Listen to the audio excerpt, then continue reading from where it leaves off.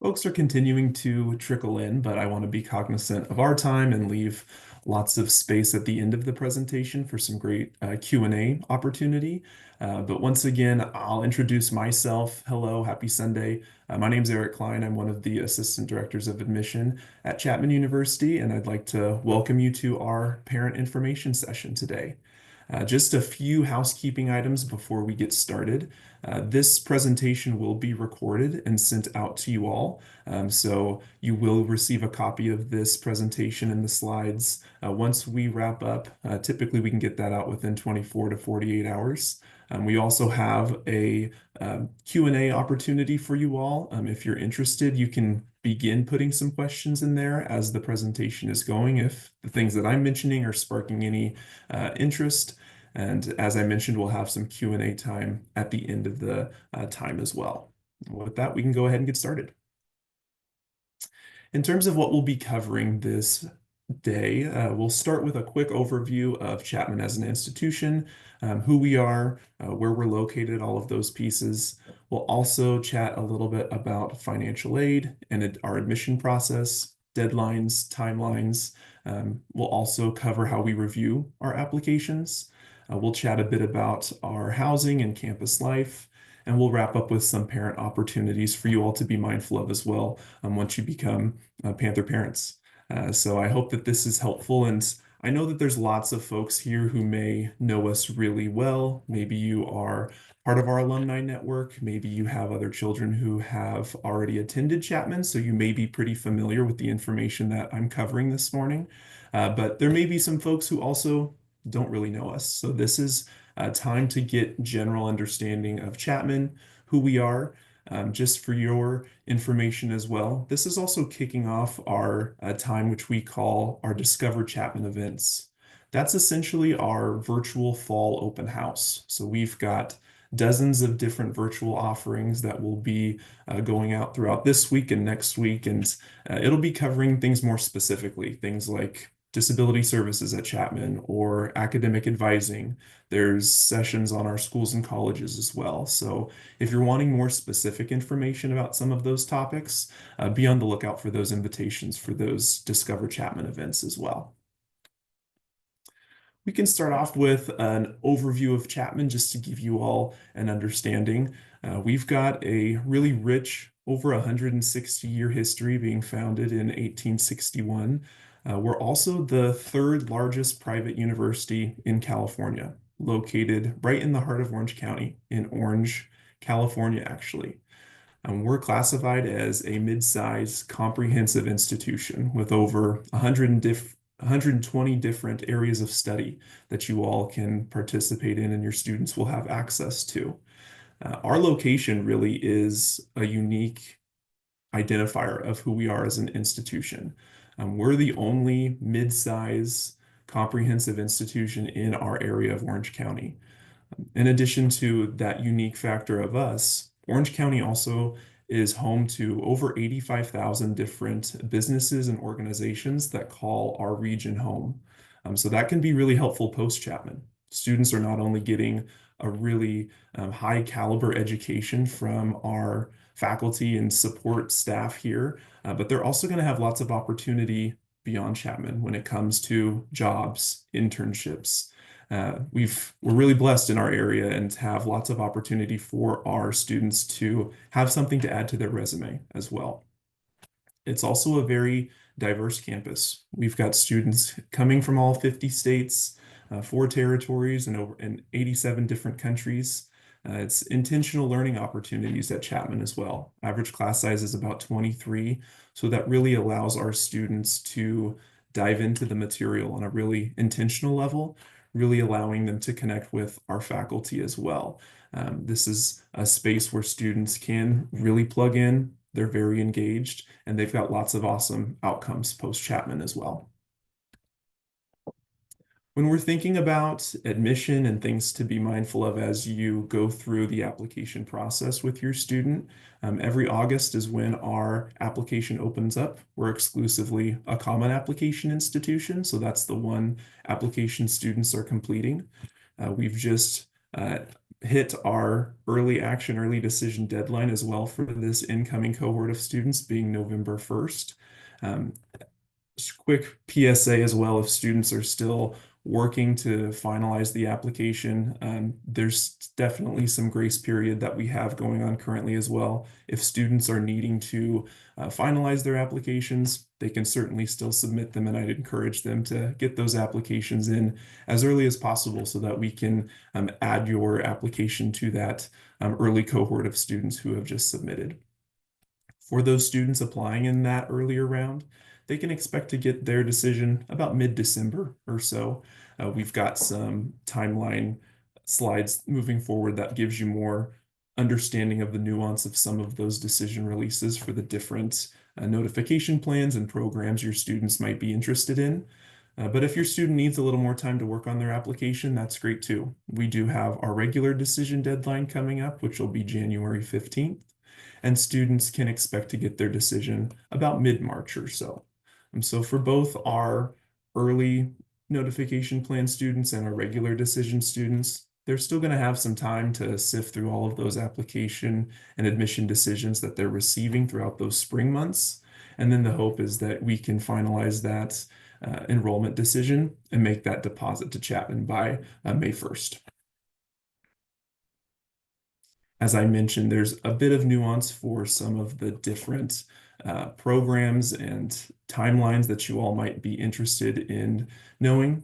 For students who are applying with our early decision notification timeline, that binding round where you're essentially promising that you'll be attending Chapman once you receive your decision, students can expect their decision about mid-December or so.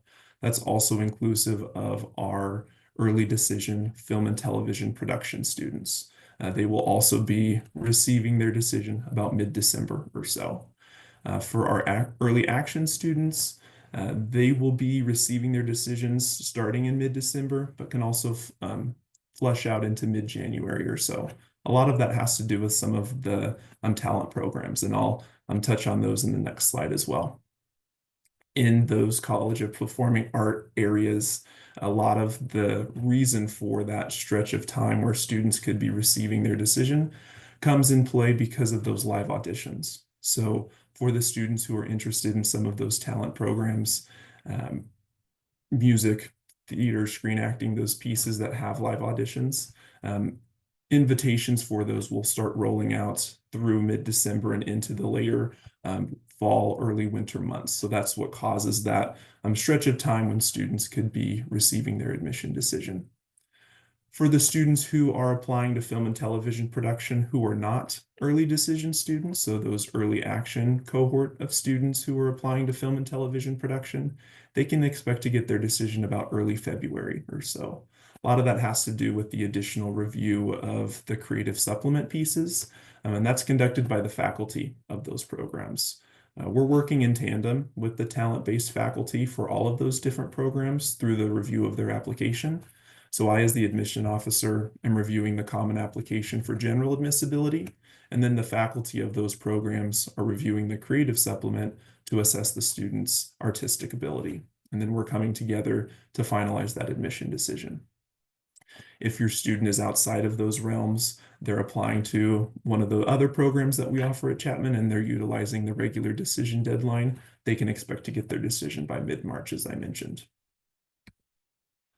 For folks who may learn on a visual level, if the visual pictorial representation of this timeline is a little bit more helpful for you all, this gives you an understanding based on the calendar months that you can see below, giving you an understanding of when you'll be receiving those admission decisions. Also, I think it's important to mention financial aid as well. The hope for our FAFSA, which is the free application for federal student aid, that's the document that the Department of Education creates, and that's what we utilize to calculate the comprehensive financial aid package. The hope is that that will be available for you all by December 1st. So the hope would be as soon as you were able to get your financial aid FAFSA information to us, then you would be receiving your financial aid package soon after as well. Since we are an office that calculates our merit-based scholarships within our office, you can expect to get that understanding of a merit scholarship soon after receiving that admission decision. We won't need to wait to receive your FAFSA to calculate your merit scholarship. We'll already be working through that calculation soon after you receive your admission decision. At Chapman, when it comes to reviewing the applications, it's a holistic review of the application. The biggest piece being that there isn't one element of the application that will automatically allow us to offer admission to your student.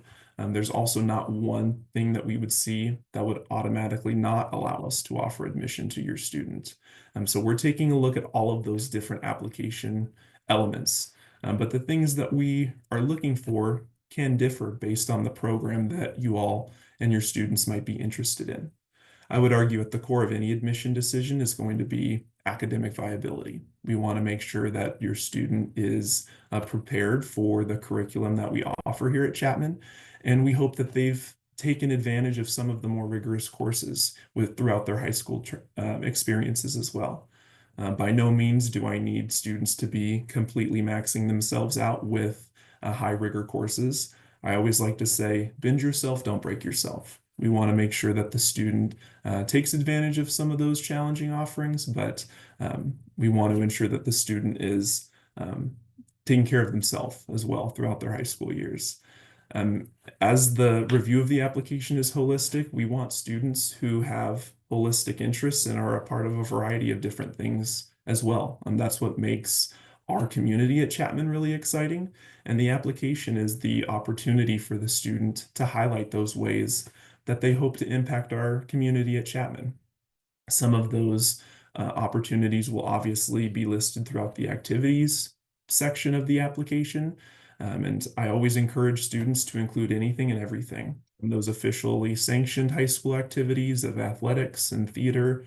Maybe the student doesn't have time to do those things. Maybe the student is taking care of a loved one or has a part-time job as well. All of those things matter to us, and participation in those things is really what makes our community at Chapman really rich and diverse. And then finally, we have this Chapman Fit. What does that mean? How do we calculate that, or how do we see if a student fits into Chapman? In my experience at this institution, I find our students to be really involved and excited to be on campus and participating in a number of different things. And that's what we want to see through our applicants. We want students who are excited to be positive change makers throughout their college years, and we hope that they're illustrating that through their application. There's also a variety of traits and attributes that we are looking for when we are reviewing the application.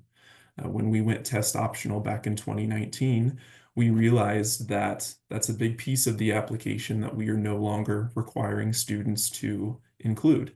So how are we going to fill that gap? And what we did is we worked with our faculty on campus and posed the question to them, what are some traits and attributes that you see in your students that typically illustrate their success at Chapman and post-Chapman? And we came up with this acronym of attributes that's a little bit corny, but it's supposed to be. And that acronym is SAPPE. And that stands for the 5 traits that you're seeing here being self-advocacy, authenticity, potential, perseverance, and empathy. So we're looking for these traits within the application as well. I by no means need your student to say, I'm an authentic student full of potential and I persevere through all of the situations that I encounter. We're going to see it in the letters of recommendation that are submitted. We're going to see it in the essays and the way in which the students talk about themselves. But I hope that students are able to illustrate these 5 things in their own unique way throughout the application. The application is also a really great opportunity for the student to tell us specifically who they are. Where have they come from? What are the unique perspectives and backgrounds that they are going to be bringing to our community? Maybe your family is local to Southern California. You're very familiar with Chapman. What's keeping you close to home? Why are you wanting to experience your education in the place that you've grown up? Maybe you're an out of state, or maybe you're an international student and family. What's bringing you to Chapman? How are you planning to showcase the things that you have gone through and bring them to our campus as well? That's what makes college communities so great, that diversity of where folks have been. They can bring that into the classrooms. They bring that onto our campus through the different activities that they will be participating in. And we hope to see that through the application as well. Beyond, as I mentioned, and I hope that you're gleaning that this is a holistic process when we are trying to identify students that we feel would be great fits at Chapman. And I hope that the process that your student has gone through is fairly holistic as well, thinking about the area that you want to be having your student attend college, thinking about what may seem like minor factors like the weather, or what the type of campus is like, what's the vibe. I hope those conversations have occurred as your student is going through the process. But it also needs to make financial sense, and it needs to be a financial fit for the family as well. So it's really important that we discuss tuition and cost. I hope that from my discussion of our unique location and the offerings that we have, the cost is something that we feel is valid for the experience that the students are receiving at Chapman. As you can see broken down here, tuition, housing and food, books and other expenses, you're looking at an all-in cost of around $87,000. But by no means is that something that we expect every single family to come up with for yearly cost of attendance. And there's a number of ways that we're trying to offset some of that cost as well. The biggest being through our very robust scholarship offerings. The biggest one being those merit-based scholarships that I mentioned earlier. Your student will be automatically considered for those. There isn't an additional application that you need to complete. We will be calculating and evaluating the student for those merit-based scholarships, which range up to $40,000 a year. They also do renew for all 4 years that the student is at Chapman. The things that we're looking at primarily are the student's academic GPA, the rigor of courses that the student's taking in context to what's available at their high school, and the overall strength of the application. Since we're doing that calculation in our admission office, the family will have understanding of that merit scholarship offer soon after receiving that admission decision. There's also some departmental scholarships that some of our schools and colleges have some oversight over. There's some funds within our Dodge College of Film and Media Arts. There's some within our Fowler School of Engineering, also within Schmid College of Science and Technology. So if your students are participating in some of those programs that are housed under those schools and colleges that offer departmental scholarships, the student will automatically be considered for those as well. And then finally, we do have our need-based funding as well. That is calculated by the FAFSA, the Free Application for Federal Student Aid. So that is the document that we would need to calculate any need-based Chapman grant funding that we could potentially offer. We do not need the FAFSA for merit-based scholarship consideration for families who may be curious about that.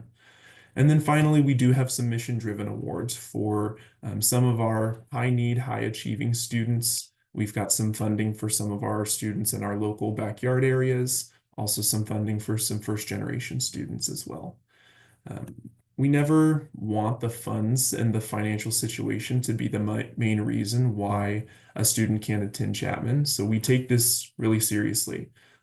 Cost and what this is going to look like from a financial perspective is really important. We recognize that here at Chapman. And so we're trying to make this as feasible as possible for all of our families. As you can see, average financial aid package that we offer our families is about $33,000, and that is a combination of need and merit scholarships. So some students get more, some students get less. Again, that submission of the FAFSA will really dictate what that package is that we can offer. And a good majority of our students are receiving some sort of funding from us in our office, in our financial aid office. about 86% of our students and families are receiving some sort of financial aid benefit. This is just a quick snapshot of some of the numbers that we saw from our fall 2024 class. We received just about 16,000 total first year applications that we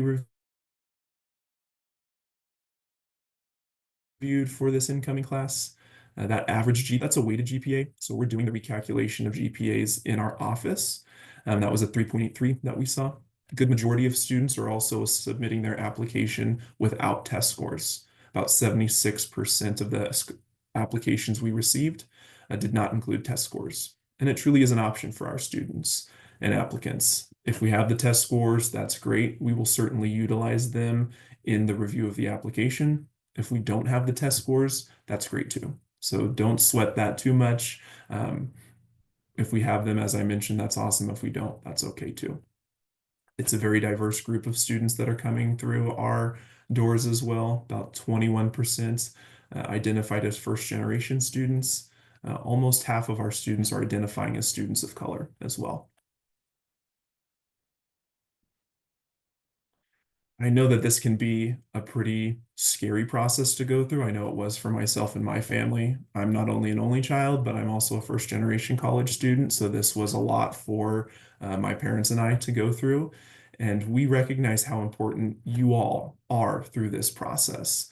And we've come up with this metaphor of how we see your role through the admission process. And it's kind of like learning to drive.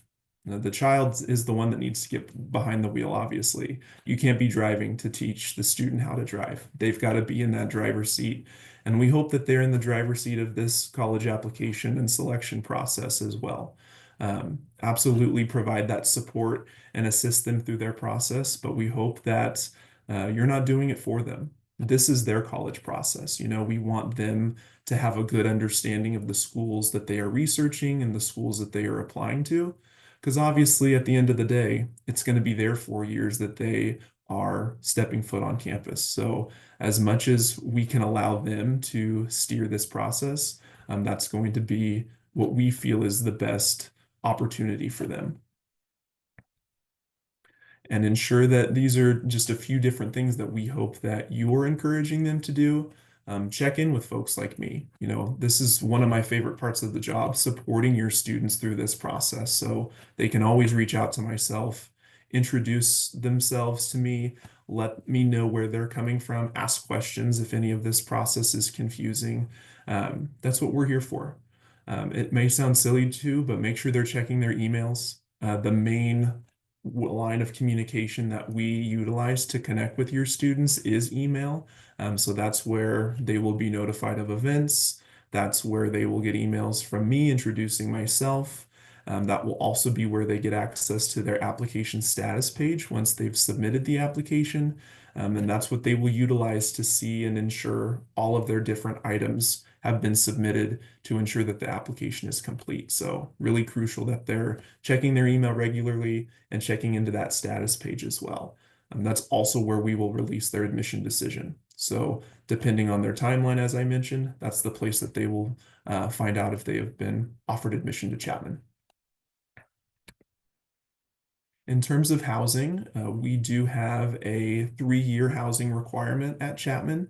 In terms of the first year living expectation, students can expect to be in a triple occupancy room. So that's the student and 2 other roommates, a Jack and Jill bathroom, and 3 other students on the other side. So you're only sharing with 5 other students.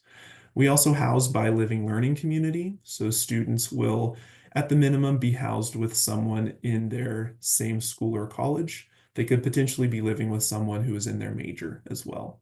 We find that when students are living with folks who are going through similar academic experiences, it can just foster more connection and more support through on-campus housing. Transfer students aren't required to live on campus. They can if they want. For our students who are within our local area of Chapman, if you were living within a 30-mile radius, first-year students could have that housing requirement waived if they would like to live at home and commute. Once you get into the second and your third year of housing, it can get a bit more apartment style as well. And just to, again, big reminder, as I know, hopefully we've gotten lots of your students' applications since we've uh, reached that November 1st deadline. If they're still working to finalize those applications, absolutely still submit them. We'd love to review them and understand how they hope to be a part of our Chapman community. But just to be mindful and remember, for students who do receive an offer of admission, you'll need to be thinking about when you need to respond as well. For our early decision students, that deadline is 2 weeks after receiving your financial aid award. For students who are in our early action or regular decision round, that deposit deadline for you all will be May 1st. So important to be mindful of when you're needing to respond to us as well. We'll be reminding you as well. You'll be getting emails about those deadlines approaching and the steps that need to be taken to get that admission offer response into us. And that wraps up the big bulk of the conversation that I'm going to be having. I recognize that was a lot of information in a really quick uh, piece of time. So I hope that you all were able to hang on. We do have a few additional slides from our great friends over in the Office of Parent and Family Engagement. I do have Anne-Marie Maciel, who is a part of that office.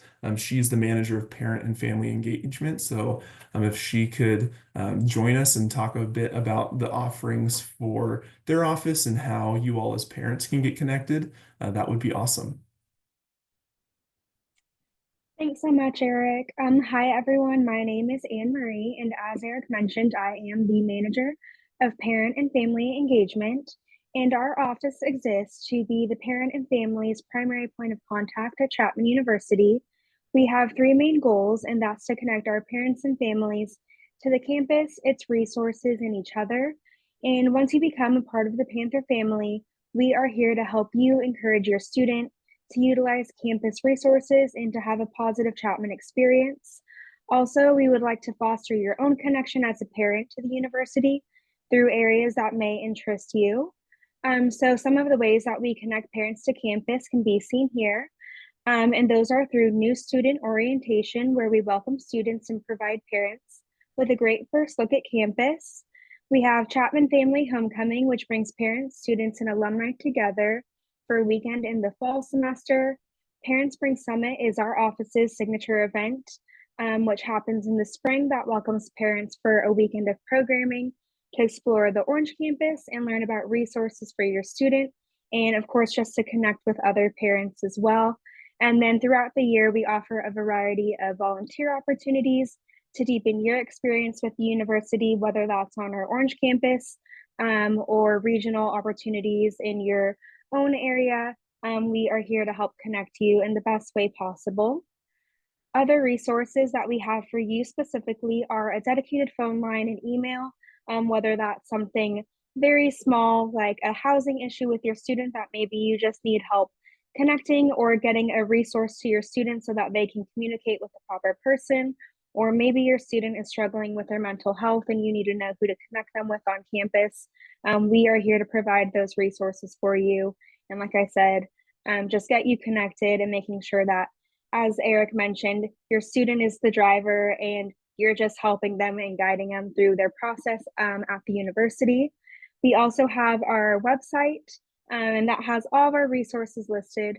We have a great Parent Connection monthly newsletter that gives you all the updates of what's happening on campus, resources, and things like that to keep you in the know. And then a Facebook and Instagram that you can stay connected. And then just so that you can connect with one another, as I mentioned, we have regional receptions, regional networks, and then parent meetups, and those happen throughout the year.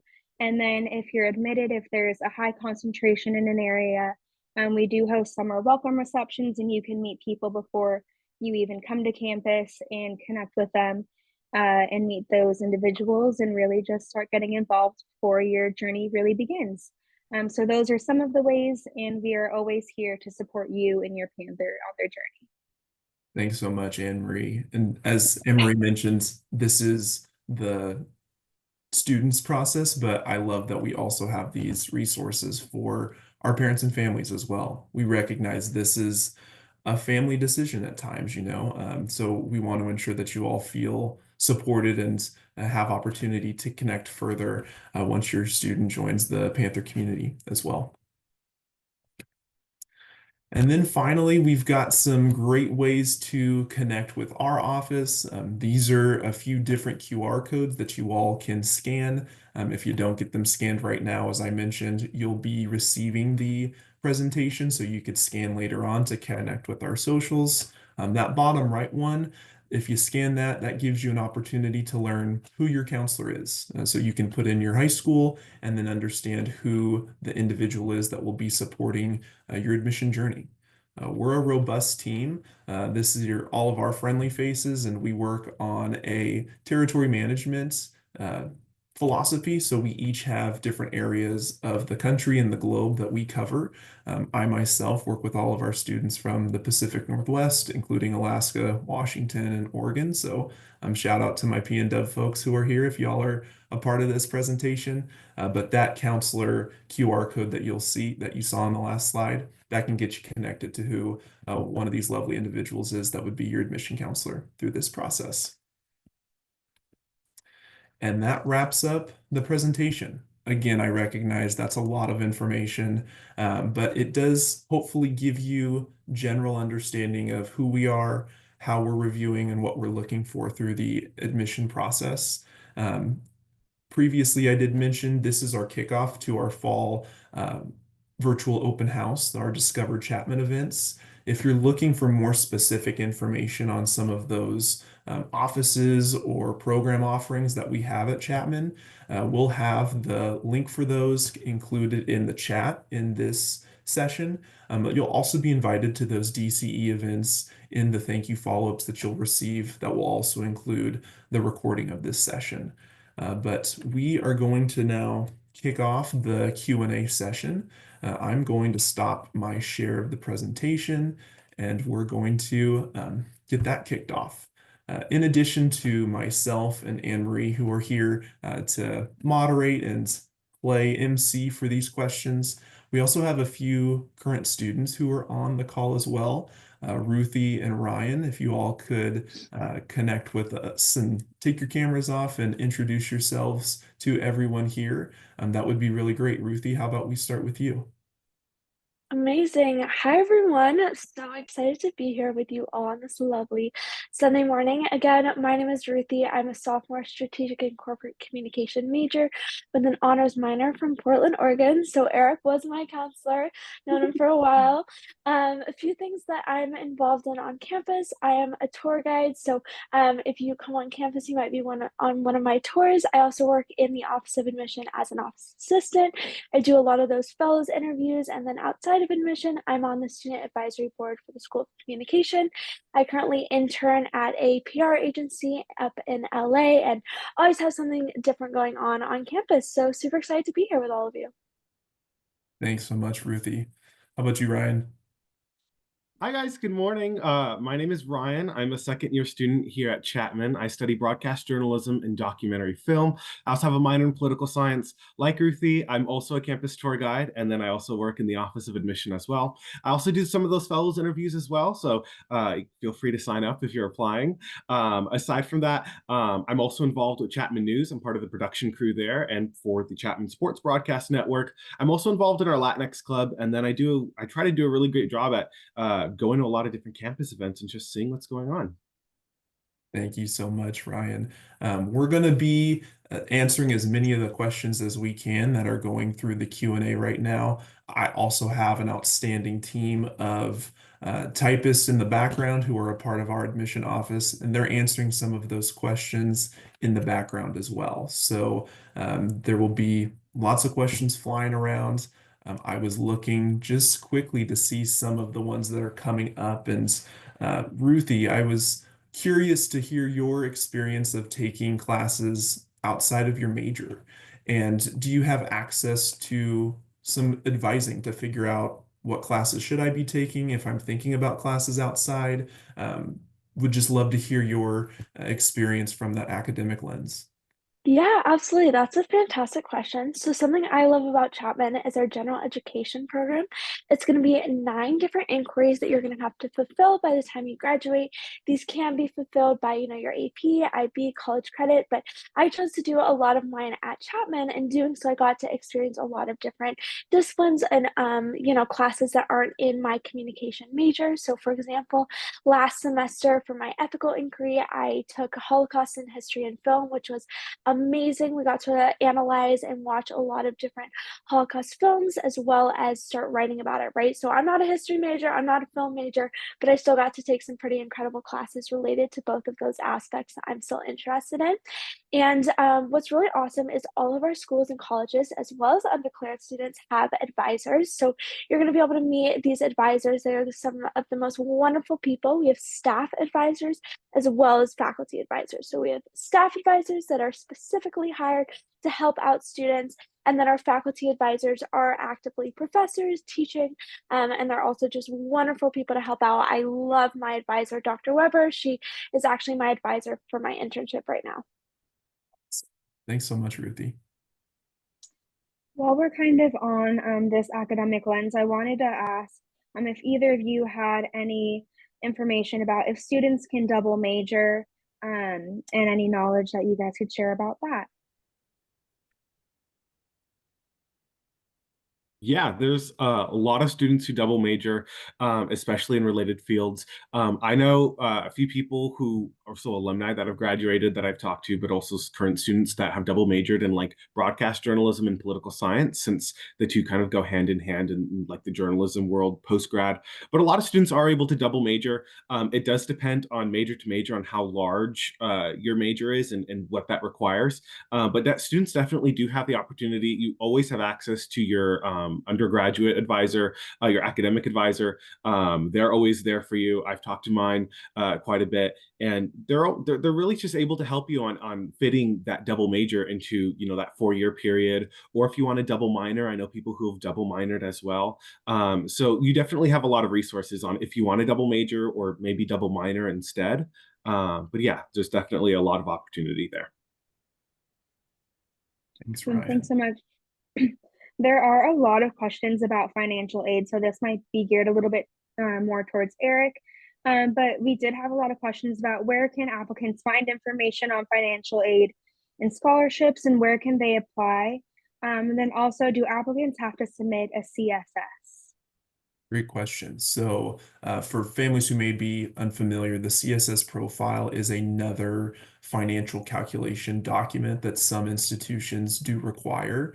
Chapman is not one of those. So the only document that we would need submitted is the FAFSA, that free application for federal student aid, and that's only for need-based consideration. We do not need the FAFSA in place for merit scholarship consideration. As I mentioned, that will be calculated automatically within our admission office, and students should have an understanding of that merit scholarship soon after receiving their admission decision. If you're looking for outside scholarship sources, College Board, who runs the SAT, they have a great search engine which is called Big Future. They've got a great scholarship search engine as well that could potentially add additional outside scholarships on top of the package that they're receiving from Chapman. Awesome. And then another common question that I was seeing is, are there scholarships for international students?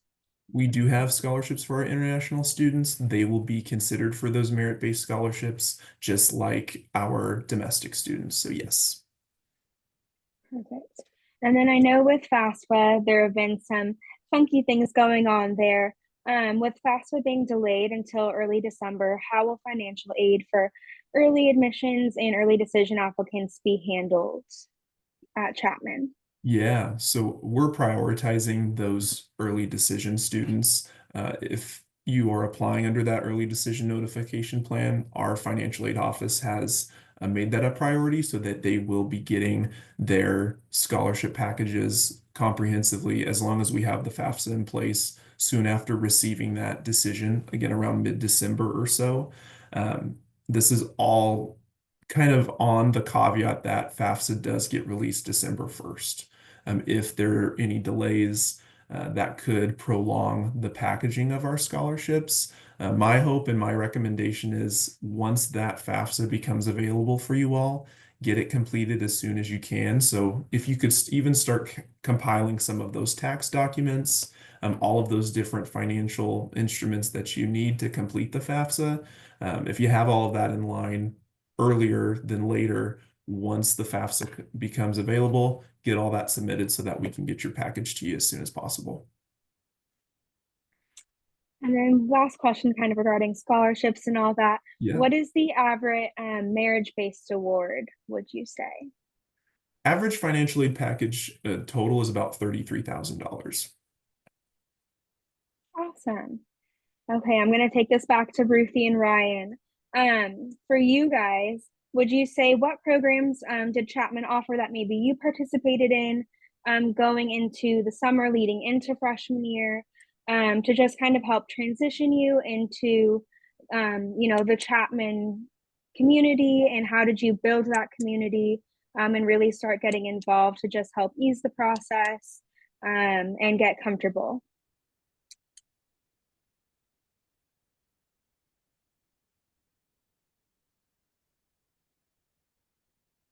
All right. Might be muted, Ryan. There you go. So leading up to freshman year, I didn't participate in anything quite over the summer. I did go to a few admission-related events, like preview day right before. I'd already committed to Chapman. Chapman was my number one choice. And so I was really excited about that. So I went to preview day. Like I said, my major was broadcast journalism. So a part of Dodge College was open, and we got to see like the TV studio. And I got to meet a lot of other people in my major.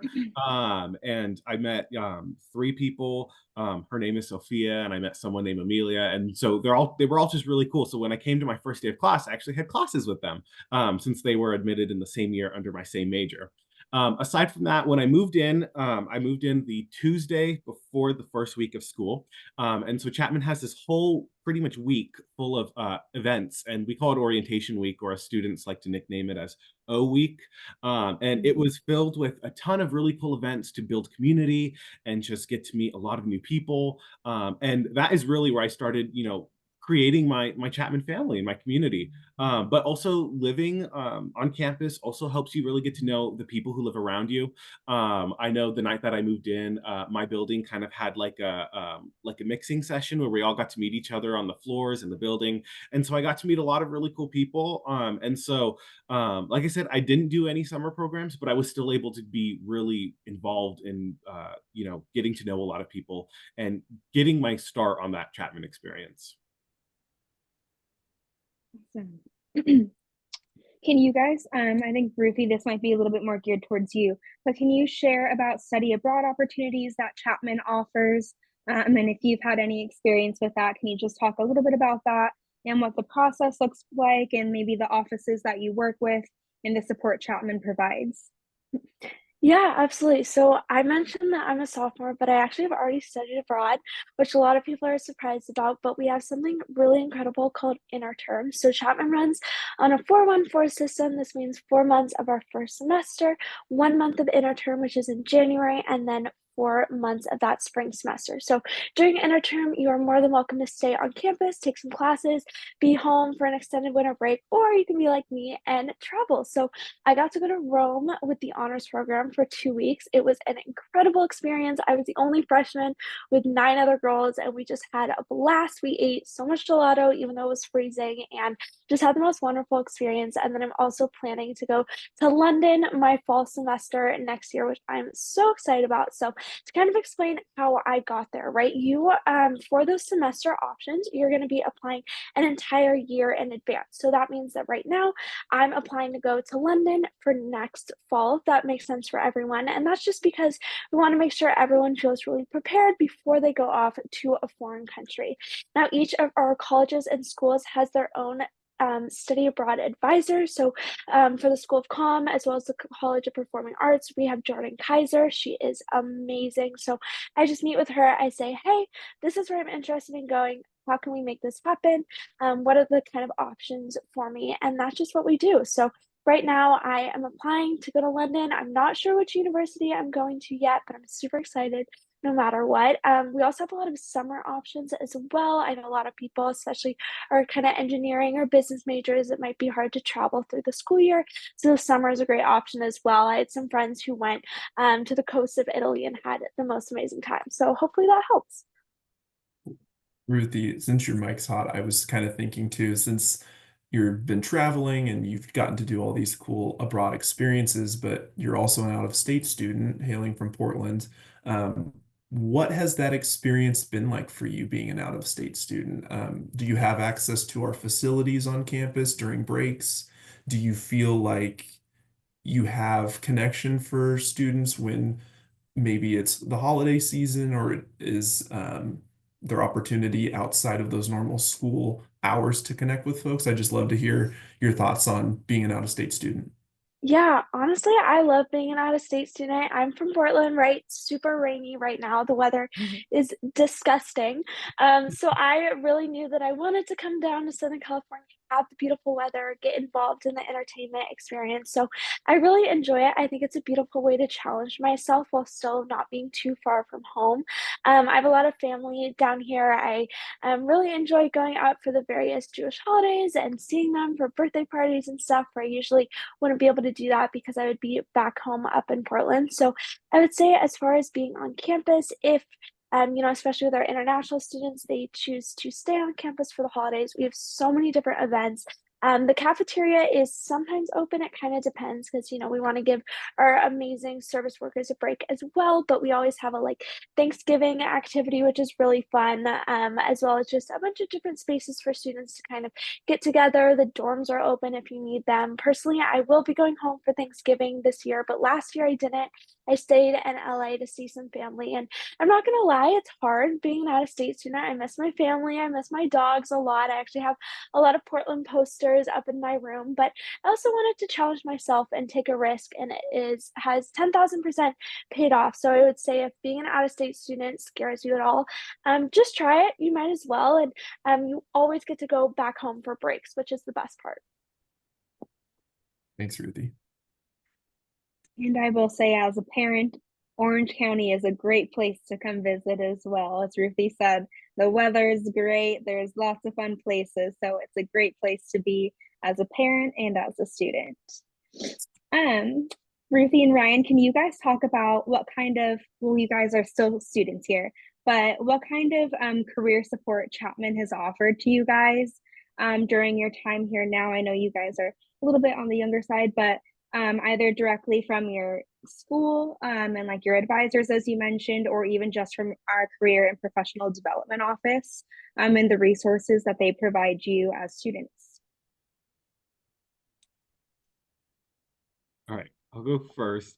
Well, there's a lot of support. I've definitely taken advantage of it. Right now, I'm currently finishing up my internship applications for the spring of 2025. So the spring coming up, I'm applying to the Los Angeles Times's internship. And so the career office, the Center for Career and Professional Development, they've done a great job at reviewing my cover letter, my resume. Every time we have a platform called Handshake, and Handshake is what I'd like to say, a more localized version of LinkedIn, of where it's directly with Chapman students and people who are, thinking Chapman first when they hire. Every time I upload a document to LinkedIn, whether that's a cover letter, a resume, just any document, I get an email from a peer advisor over in the Career Center, and they always give me suggestions. So anytime, if I want to add something, or if I'm like, wait a minute, I forgot to insert this, or when I'm applying to internships like the LA Times, or I've been applying to some political science internships as well. They always review my cover letter and they kind of annotate it, mark it up, and then they always give me their email address where I can reach back out to the advisor that reviewed my cover letter, for example.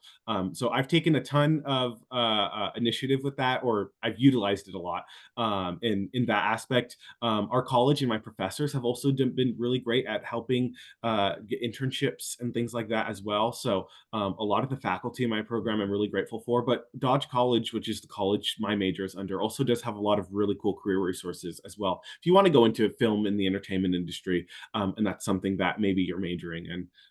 So yes, I definitely feel well supported by Chapman, and then also Dodge, along with my faculty. Yeah, I can kind of dive in as well because I know for my non-Dodge majors, you're kind of like, oh, like film, I don't know, and that's totally okay. We really want all of our students to feel supported no matter what. I also have already gotten into kind of the intern world so far. I got to intern over the summer in New York City, and then I'm currently interning, like I mentioned, at a public relations agency right now in LA, and I love it. I've had the time of my life. And I would say my biggest advice is for students to be self starters, right? Nobody can do it for you. You need to go out, you need to research on LinkedIn. We have a really cool platform called Handshake, which is kind of like a Chapman LinkedIn. And like Ryan said, if you go to the Career Center and you actively advocate for yourself, you're going to get wherever you need to be, no matter what field you're interested in. And we also have a lot of different example resumes and cover letters for every major, right? So there's a School of Communication resource page, as well as a Korean College of Health and Behavioral Sciences, because my resume as a comm student is going to look very different from somebody who's interested in being a psychologist, right? So I always feel super supported by our career help, and I really do credit Chapman to my internship success. I think, Ruthie, you Okay. made a really good point about the autonomy and the advocacy that students need for themselves. All of these opportunities that both Ryan and Ruthie and other students are talking about are readily available. I think the thing to be mindful of is the onus is on the student. As long as the student is raising their hand to say, hey, these are the things that I'm excited about, this is how I want to plug in. If you're connecting with your faculty or our staff on campus, we've got folks who can certainly plug you into the places that you want to be so that you're successful post Chapman as well. Mhm. And I will say, as an alum of Chapman as well, all those resources are still available to you as an alum. There's interview spaces in our career and professional development office that you can go use at any time. They have a headshot little area that you can go take professional headshots and things like that. So everything that you have as a student is also available to you as an alum, which is an amazing resource. If you're local or you're just coming into Orange County for a day or something, it's something that you could use as an alum. So it's great to know and to have. Um, but let me go and see. For going back to Eric, does being undeclared lower your acceptance chances? It absolutely does not. We're pretty undecided friendly at Chapman. It was actually our third most popular major last year, so many folks do go that route. I always think it's a pretty big choice for a 17 or 18-year-old to make for whatever program they are interested in. Ruthie and Ryan were locked in, they knew what they wanted to do, but that's not a requirement for our students at all. What's nice about the students who do go that undecided route, we have some undecided pathways that the students will participate in once they enroll at Chapman. So over that summer before their first semester, they'll be connecting with advisors to talk generally about what they may be interested in. And then they can hop into one of those pathways. We've got our STEM pathway, if that's maybe the lane the student's interested in. We've got the business pathway for students to get exposed to those areas. So we have specific advising support for those students. And then it gives the student the first 2 years of their time at Chapman to take some of those courses and then finalize that decision by the end of their sophomore year as to what academic program they'll be pursuing. And how challenging would you say it is to like get into a major if you're undecided, or even if you start with one major and want to change that major at some point in your time at Chapman? What does that process look like, and what is the difficulty to Yeah. switch? Yeah, the flexibility is certainly there, with the exception of those talent-based programs. So, because of the selectivity and how competitive film and dance and screen acting are, switching into one of those programs as a student is extremely, extremely difficult. The biggest reason for that is once a student is in one of those programs, they rarely want to leave. And that would be the only way a student who is a non-talent program student to then hop into one of those. But if we're switching from business to English or chemistry to creative writing or something like that, those switches are much more easy to make. And those advisors can help. Some of them may have application processes that the student would need to go through as a current student. Others could just be a quick form that you complete at the registrar's office, and then you'd be plugged into that other program. But the advising that we have for our current students can certainly help them navigate the change of major or the selection of major for the undecided student. Ruthie and Ryan, can you guys talk a little bit about what housing on campus is like and just what living in the area in general is like, and if you would suggest having a car on campus, and kind of just getting around in Orange County in general?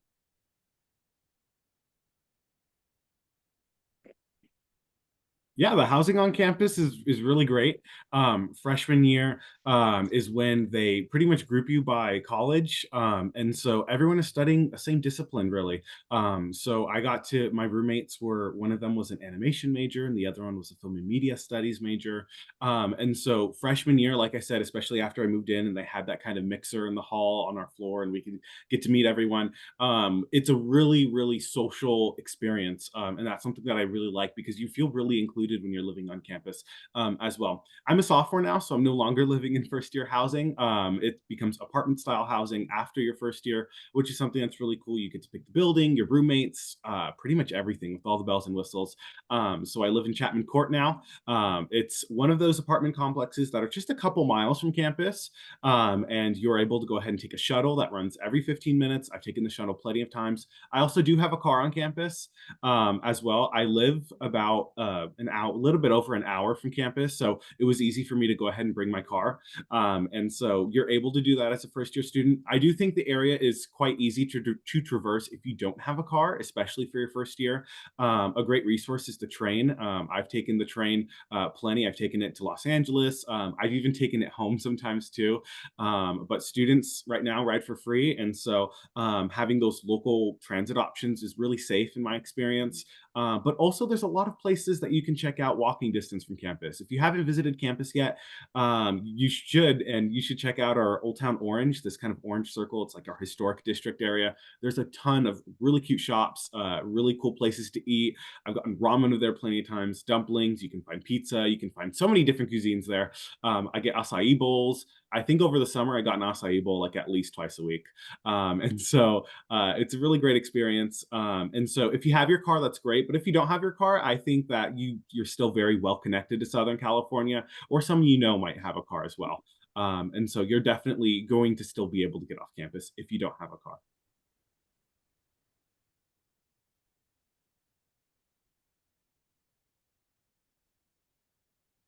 Amazing. I know we have just a few minutes left, so I'll just pop in super quickly with the out-of-state perspective. I didn't have a car my first year. I do now. I live in Anaheim and Chapman Grand. It is so nice.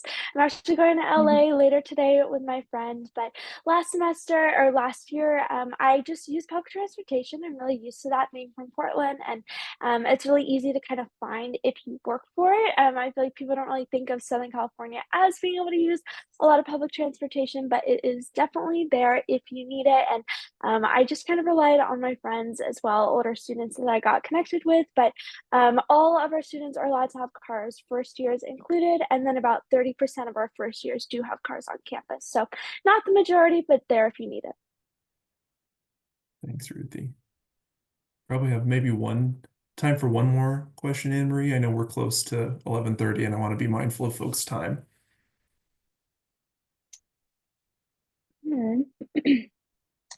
Alrighty.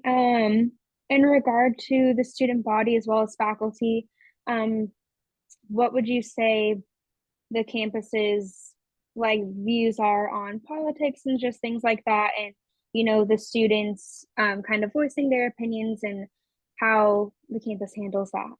Yeah, I've always thought higher education institutions are places for expanding perspectives and learning from a diverse group of folks who may come from different areas. And I would say that's Chapman. We have clubs and organizations for both sides of the political spectrum. We have clubs and orgs that support underrepresented voices historically, and we work to elevate those as well. Something that I really appreciate when things are happening in our world, or if there are things that are happening on campus, we almost always get an email from our dean of students saying we support the opportunity for our students to speak for those causes that they are passionate about in a way where folks still feel safe and feel heard and can connect to learn from one another. Ryan, Ruthie, if you have anything to add, I'd love to hear your perspective as well. Yeah, just adding on a little bit. I describe it more of like a purple campus. I think that there's definitely a really good blend of different intellectual kind of ideologies and beliefs. And I think that's great because it gives you the opportunity to talk with people on different perspectives that you might not have considered. That's something coming to college to begin with, when you meet people from different parts of the country or different parts of the world, even. You get to meet so many different people with different perspectives. And I think that having these conversations on campus is really productive. And I've never felt, uncomfortable about it or anything. I think campus and Chapman as well does a really great job at facilitating good civic engagement and discussions in that matter. Yeah, honestly, I echo all of that. I was really excited to be in a new space with people from all different backgrounds. And I think that if you work for it, then you really are going to meet anyone from anywhere, right? If you just stay in your little bubble, that's totally up to you. But I just recommend that students don't and they kind of go out and experience everything new, all of their views. Something I really want to highlight is we do have some incredible nonpartisan voting areas on campus. So we are able to have students vote in our Arduous forum. I saw a ton of families coming to vote on campus yesterday, which was just so cool. So no matter your political view on campus, we are an active campus in terms of making sure that students' voices are heard, whether it is just through our Student Government Association on campus or voting. I got to do my first presidential voting this past week, which was so exciting. I didn't feel pressured at all, one side or the other, but it was just more to get my voice heard. And I think that's priority on campus. That's great, Ruthie. Thank you both so much for your thoughts. I want to be mindful of time. It is 11:32. I apologize for those 2 extra minutes, but I hope this gave everyone a good understanding of what life at Chapman is like. Your voices are so appreciated, both Ruthie, Ryan, and Marie. I really appreciate you all taking the time today to help showcase an authentic view of what Chapman is like. Shout out to all of my chatters in the background as well, fiercely typing away, answering lots of different questions. I'm looking at the Q&A. I think we almost answered probably 200 questions, including the ones that we did live. So lots of great discussion. As I mentioned, this will be sent to you all via recording, so you can come back and watch it. Feel free to connect with us via our admission office, and we would love to see you as a part of those Discover Chapman events as well that are coming up this week and next week if you're wanting to learn more about more specific things. But thanks so much again, everyone, and I hope that you enjoy the rest of your day.